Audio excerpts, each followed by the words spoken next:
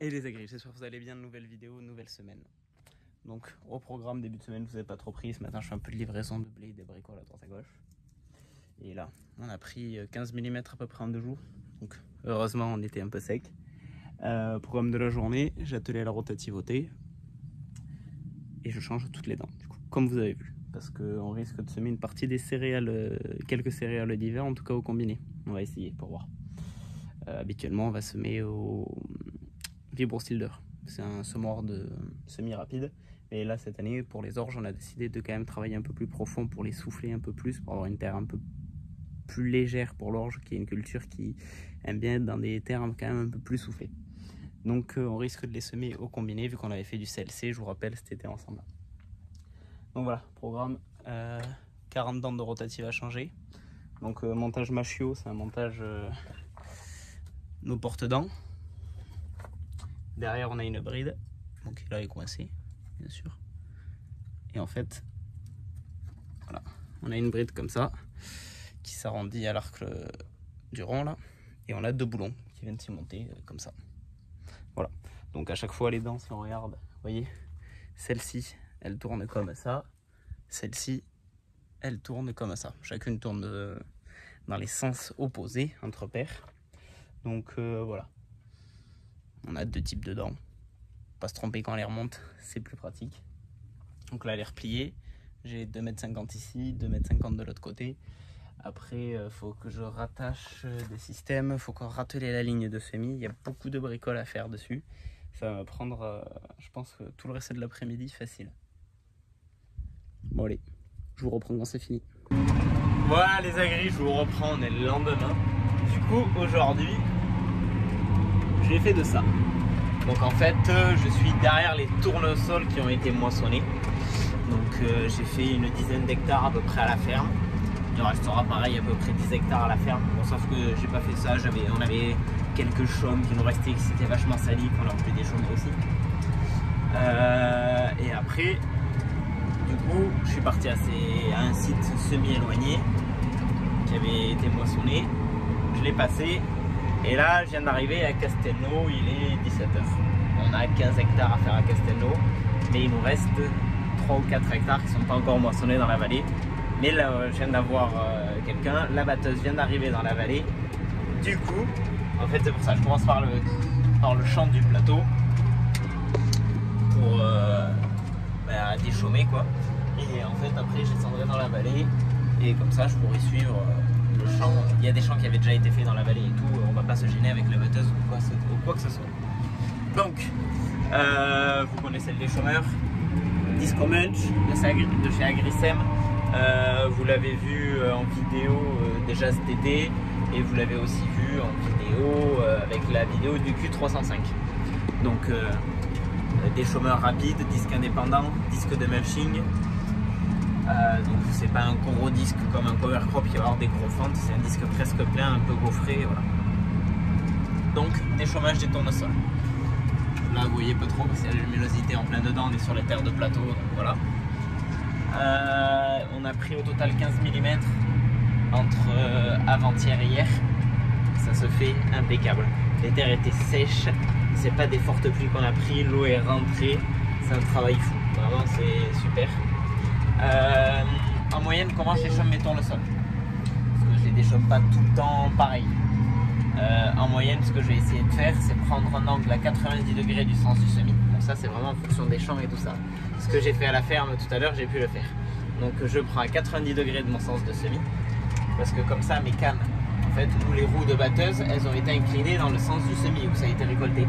Et l'idée, du coup, si je déchaume en travers, mais une canne couchée, quand on a les disques qui passent dans l'autre sens, on finit de la découper et tout, ça fait un super travail. Donc ouais, vraiment là les champs que j'ai pris à 90 degrés, travail fou. Là malheureusement ce champ c'est un peu galère. Du coup je dois le prendre dans le sens du semis et c'est vrai qu'il va rester de la canne. Mais bon, on s'inquiète pas, il y a 2 passages.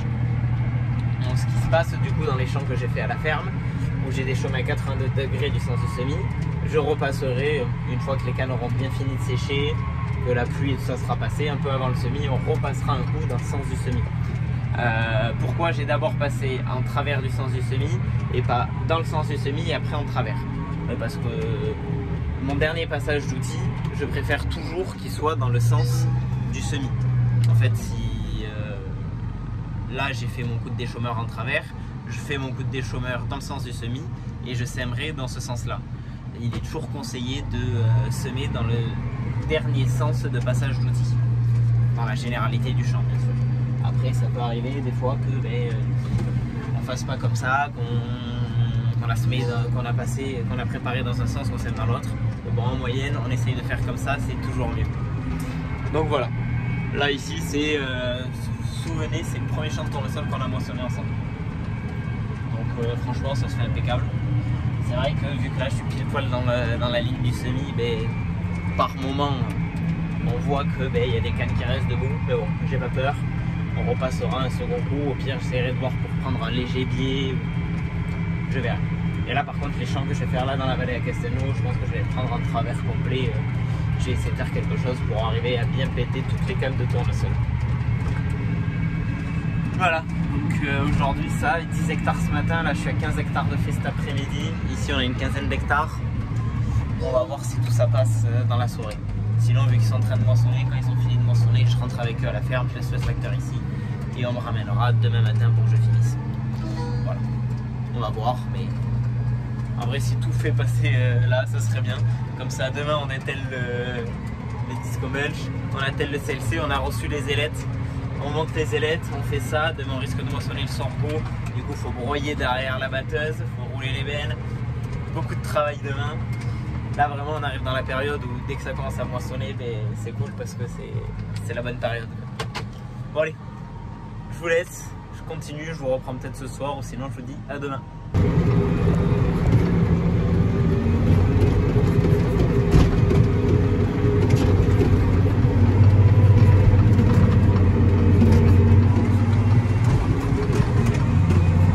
Et oui, comme vous avez vu, j'ai rattrapé la batteuse. C'est dans un champ où il restait juste un bout. Maintenant, elle est dans le champ de l'autre côté de la route. Avec les luminosité, je pense pas que vous l'ayez bien vu. Et voilà, ça avance, ça avance. Là, il est bientôt 19h. Il doit lui rester un peu moins d'un hectare, je pense. Il ne reste rien dans la parcelle, tout a été détouré. Et voilà. Bon, allez, ça continue.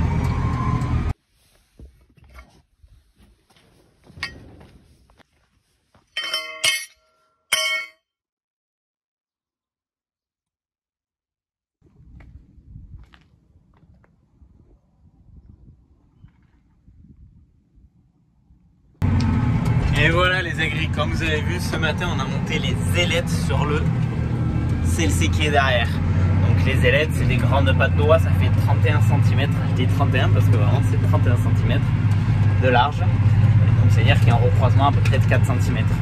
C'est pas forcément le meilleur des scalpers, mais bon il fait son taf. Pourquoi on a monté les ailettes sur le CLC?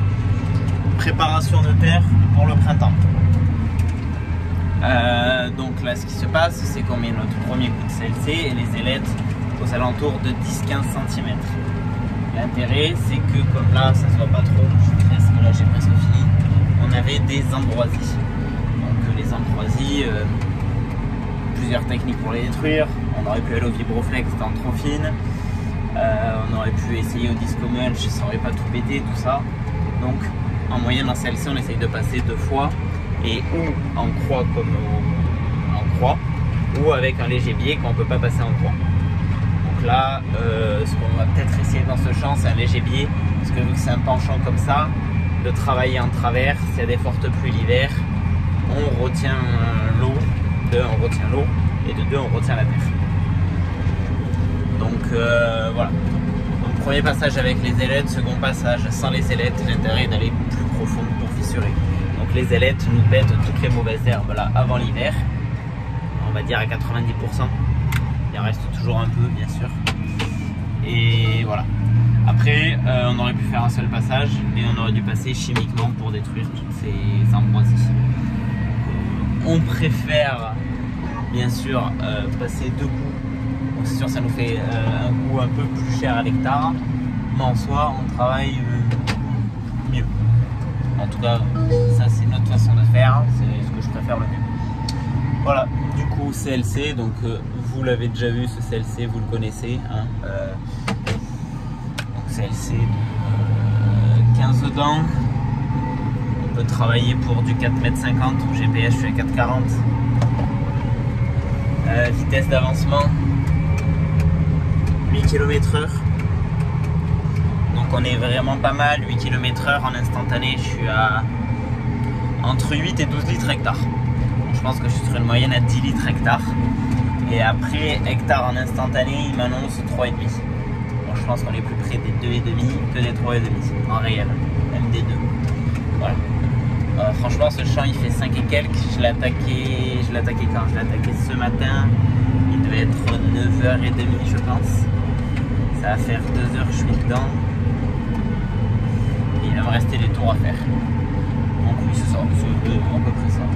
Ça va bien. Voilà, ça fait vraiment un super travail. On est dans conditions, on a pris 15 mm en 2 jours et espacé d'une journée de la petite pluie. L'eau elle a pénétré, on a de l'adhérence et un travail qui se fait, c'est fabuleux. Vraiment, j'adore. Je sais pas si on va voir là derrière, champ de 10 hectares. Voilà. 10 hectares de tournesol, c'est les derniers hectares qui restent. Et il y a la CX qui doit être cachée derrière la haie du bas, on la voit pas. Mais voilà, le champ d'en face, on ramasse en même temps les derniers hectares de tournesol. Donc ça aura fait une bonne semaine, on finit de récolter. Ce champ pourrait être attaqué à des chaumes du coup par la suite. Et on aura fait tout le premier passage pour les tournesols avec le disco mulch. Voilà, bon allez, on continue, je vous reprends en fin de journée pour sûrement conclure la vidéo de la semaine. Voilà. Voilà les amis, pour changer d'habitude, je vous ai pas repris pour l'intro de la vidéo. Donc je suis en plein montage, j'ai presque fini le montage, il manque juste ce petit plan. Et il faut que je fasse les miniatures encore. Du coup, vidéo un peu plus courte que d'habitude, j'espère que elle vous a quand même bien plu. Mais bon, en fait, le souci c'est que on a répété quand même beaucoup de travaux qui avaient été faits les semaines dernières. Donc à chaque fois je me disais pas bon vas-y je vais prendre la caméra, tout ça. Ça fait quand même une vidéo. Demain, si tout se passe bien, on doit attaquer... Non pas attaquer, mais du coup on doit finir les sorgho blancs qu'on a à la ferme. Donc si c'est ça, normalement c'est prévu pour demain. Donc je risque de broyer derrière la batteuse, tout ça. Vous verrez ça dans la vidéo de la semaine prochaine en soi. Donc j'espère que la vidéo a pu vous plaire et je vous dis à samedi prochain pour une nouvelle vidéo. Ciao tout le monde!